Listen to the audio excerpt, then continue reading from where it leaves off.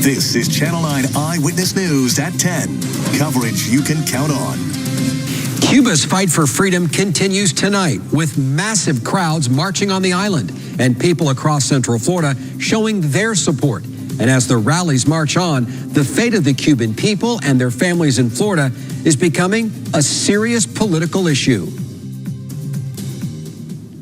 A bloodbath. People and their relatives in Central Florida are saying enough is enough. Good evening, I'm Greg Warman. And I'm Martha Sigalski. It's clear tonight that these rallies aren't going away anytime soon. This was the scene this evening as dozens of protesters rallied along Cimarron Boulevard near the 434 in Altamont Springs. Many of them were holding signs and Cuban flags and U.S. flags, as well as signs that read SOS Cuba and Patria y Vida, or Homeland and Life. Some law enforcement officers were on hand to make sure traffic wasn't impacted tonight.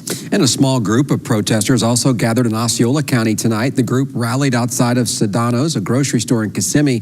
They were also holding up Cuban flags and holding signs that read "Genocide in Cuba." And this crowd of about 12 to 15 people rallied for Cuba not far from Orlando International Airport today. The group held Cuban flags outside a Florida Army National Guard base along Detweiler Drive. The protesters say their family and friends are suffering right now and want the U.S. government to do something. I think they should do something, because, we're going through a lot. We're going through a lot and we're just asking for help. That's all we need. We need some help. Passing cars honked to show support for that rally and its message.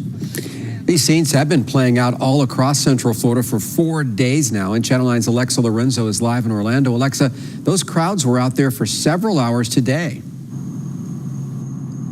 Greg, the majority of people that have been rallying here in Orlando are Cuban Americans. Their families fled the island years ago for the freedom that comes with living in the United States. So for the past 4 days, they have stood on American soil, calling on American politicians to do more for the crisis in Cuba. Cubans have reached a breaking point. Hunger, health, anxiety, and anger have spilled over into one another, opening the floodgates of decades-long oppression and emotion. This is something that was spontaneous. We've never seen that. Dr. Luis Martínez-Fernández was born in Havana, a history professor now at UCF. He knows well what's playing out on the island. What the government does is it unleashes these violent fanatics to beat up Cubans who are basically asking for a universal right to protest peacefully. The communist government has arrested hundreds of protesters, restricted internet access in Cuba, showing you the dictatorship that has dominated for decades. I think this is the beginning of a movement in which Cubans have said, enough is enough. But the question is, what's next here, and what is the U.S. government doing about it? Where are all these people that promise about human rights? Meanwhile, 90 miles from our coastline, human rights get trampled on every day. That's why Cuban Americans in Florida, like Alberto Sarmiento, are protesting. His father and grandparents fled for freedom, and he wants American politicians to do more to protect the people on the island. We need action in Cuba now. U.S. Senator Marco Rubio, a Cuban American, has been a staunch opponent of the Cuban government, taking to social media and writing a letter to President Joe Biden, giving him 6 steps to take. A horrific bloodbath is what awaits if action is not taken, and something like that does not happen. Here in Florida, you have Senator Marco Rubio, Congresswoman Val Demings vying for his seat. What do you think this unrest in Cuba will do for that campaign? Well, it strengthens the Republican side. Val Demings has the opportunity to make public expressions about this. Congresswoman Val Demings released a statement Monday and today on Twitter added, quote, "I stand with the people of Cuba and will continue to fight for their safety, liberty, and ability to freely choose their own futures.